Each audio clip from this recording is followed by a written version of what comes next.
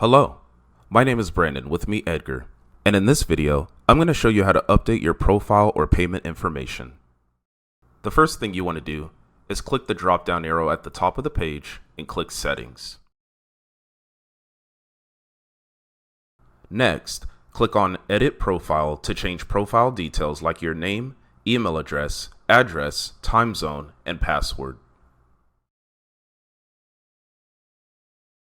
To change your billing information, click on Edit Details in the Payment section of the Settings page to change the credit and debit card associated with your account. To upgrade from Edgar Lite to the Edgar plan, or to switch from the monthly to the annual billing, click the Change Subscription button at the bottom of the page in the Subscription section.